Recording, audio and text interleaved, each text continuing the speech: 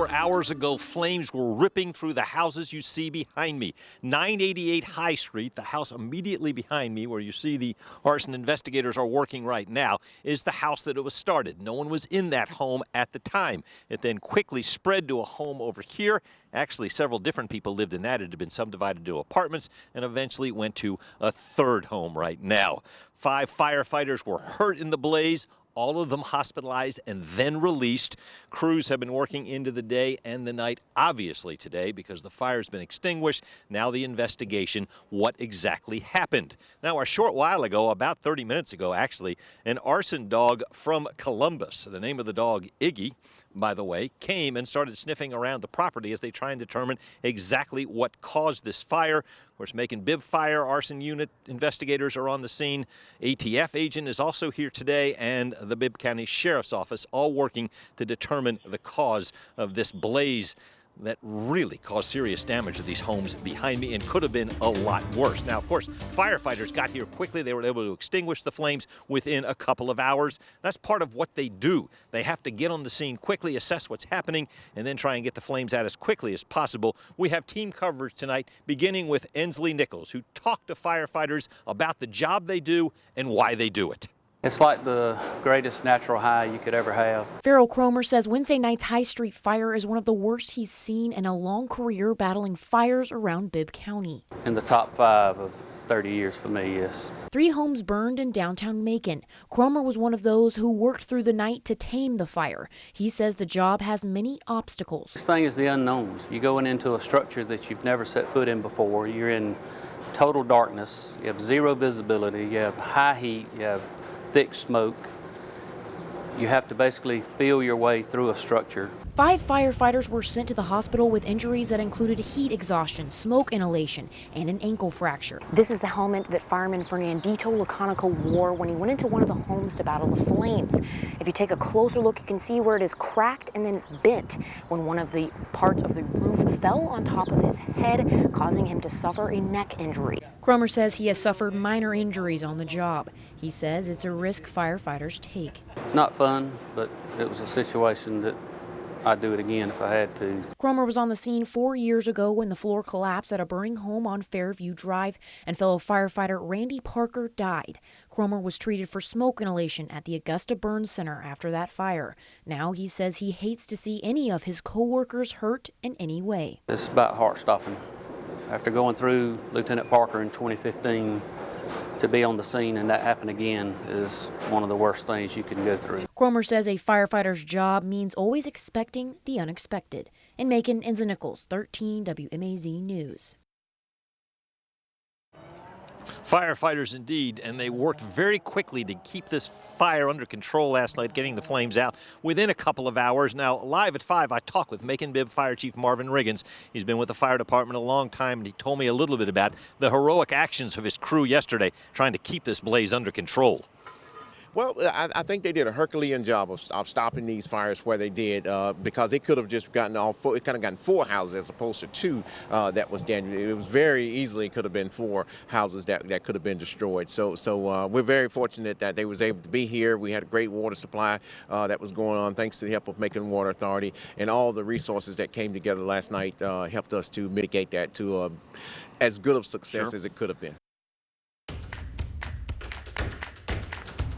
Yeah, a lot of these folks working together, teaming up to try and save these homes. These are historic homes, Suzanne, some dating back, what, to the 1800s? Yeah, all 3 of them sit on the National Historic Registry. Now, 996 might look a little bit familiar to you because of the movie 42. About 7 years ago, Chadwick Boseman stood on that porch delivering his lines as Jackie Robinson. But we went back to the turn of the century to find the story behind this neighborhood and these homes. Especially in Macon, where we have such a rich architectural history. You know, it's not just a single homeowner who's mourning the loss of their property, but it's a collective community of people who come to Macon who want to see these beautiful homes that have stood the test of time. Lauren Malden is with Historic Macon. She says the flames that tore through 3 houses Wednesday night claimed part of Macon's past that dates back more than a century. In 1883, construction crews put up a 91-foot water tower in this space right behind me, and that's when houses began to spring up on High Street. This street, really from High Street to Orange Street, really saw a huge spur in development because of the access to water. 996 dates back to 1883, and almost 100 years later, the Macon Heritage Foundation took this house and its neighbor under their wing. So they purchased these to protect them from imminent demolition from then the Charter Medical Hospital. And so the foundation purchased these and rehabilitated them to ensure their preservation and protection for future generations. You know, Phil Walden was the chairman at the time of Macon Heritage when they bought them. Historic Macon and Macon Heritage, or our predecessor Macon Heritage Foundation, that whole, historic preservation movement in the 70s really started here in the heart of in-town Macon. But Malden says if she could say one thing to the folks who are hurting right now, it would be that you're not alone. And you have a community behind you who's willing and able to help in any way possible.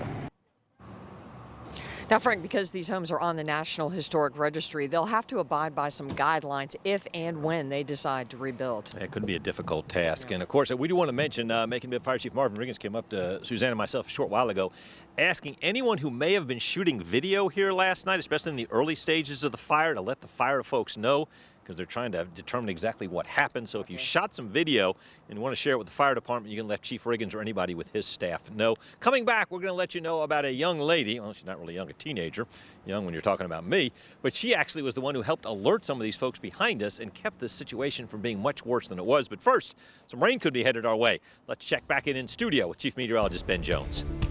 Yeah, young when you're talking about me. Thanks for the reference point there, Frank. Now we know about how old she is. There we go. Here's the satellite shot. You can see things moving from west to east. Far left side of the screen, you can see rain approaching, well, the Columbus area. And it's kind of bowing out here, so a breeze will be coming through Columbus in a little bit. Notice some lightning strikes in there as well. Mainly going to be rain for us later on tonight, into the overnight, into the first half of tomorrow. But we're not going to rule out a thunderstorm or two. Let me take you down here just to show you your strongest stuff south of Montgomery. Tornado watch as you go into lower Alabama and the panhandle of Florida. All of this will move through tonight, but in what fashion? Is it going to have any of this sort of shape to it, or will it be breaking apart? The models continue to show it kind of weakening down some.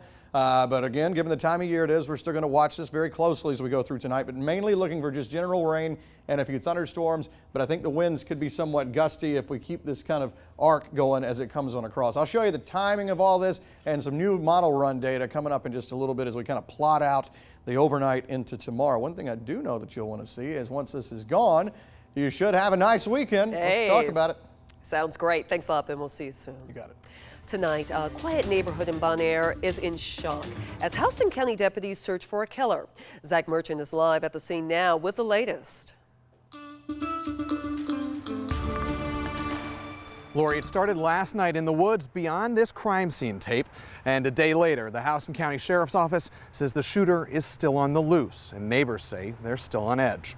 Yeah, it's pretty frightening because, like I said, it's pretty quiet around here, so to hear gunshots in the middle of the night is pretty shocking. Wesley Tabor was at home with his family near the 800 block of Highway 247 around 10 Wednesday night when he heard that gunfire. They come from across the street from the house. Houston County Sheriff's Office Lieutenant Kent Bankston says at least some of those bullets found their mark. The individual that shot Danny Ray Hicks is his name. Houston County Coroner Danny Galpin says it looks like a gunshot to the chest killed the 47-year-old. Wednesday night, the Sheriff's Office locked down a several hundred-yard section of the woods and began searching for the shooter, but they couldn't find him. The next morning, Bankston says investigators were back out using the daylight to help them gather evidence. We came out and we've been here processing the scene. Captain John Holland with the Sheriff's Office says it all started when Hicks went to check on a vacant property with a friend and found somebody else already there. As they got to the property, he encountered a suspect on the property, and after a brief physical altercation between the two, shots were fired. The suspect fled on foot. Holland's only released a very vague description of the shooter so far, saying he's about 6 feet tall and was last seen leaving the scene on Highway 247.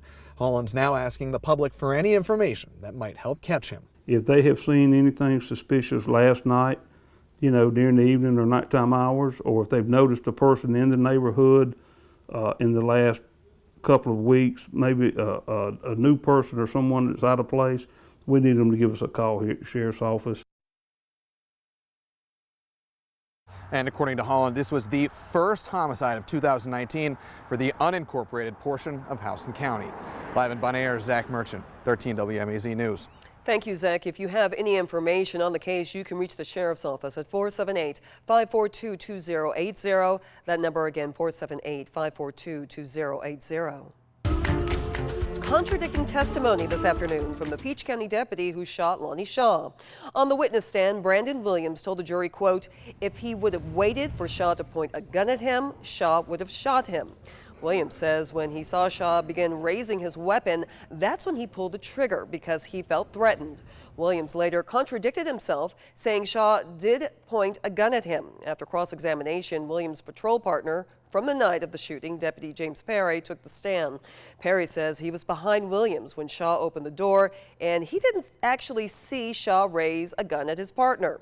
Testimony continues Friday morning in Peach County. Well, like Chief Riggins said, the fire could have been much worse if firefighters weren't alerted so soon. And the